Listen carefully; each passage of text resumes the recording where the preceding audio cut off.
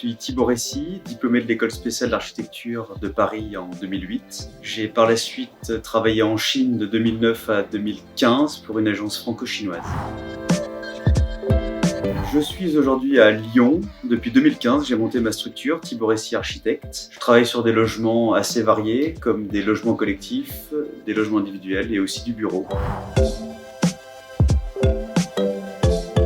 Lors de mon séjour en Chine, j'ai été assez impressionné par les projets de l'agence américaine SOM. C'est eux qui ont fait la Shanghai Tower, qui est assez impressionnante. C'est vraiment une prouesse architecturale et technique. Et en parallèle, j'ai été assez sensible au travail de Wang Shu, architecte chinois, qui lui utilise beaucoup de matériaux de récupération, et je pense notamment au musée de Ningbo, dans lequel il a récupéré plein de matériaux d'un ancien village chinois pour refaire intégralement les façades de son musée.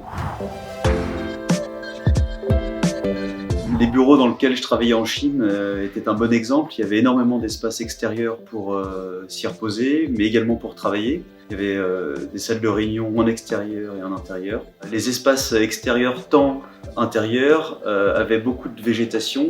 La lumière naturelle était souvent privilégiée par rapport à la lumière artificielle. Et surtout, il y avait vraiment des très beaux volumes, des doubles hauteurs et des grands espaces pour y travailler sereinement.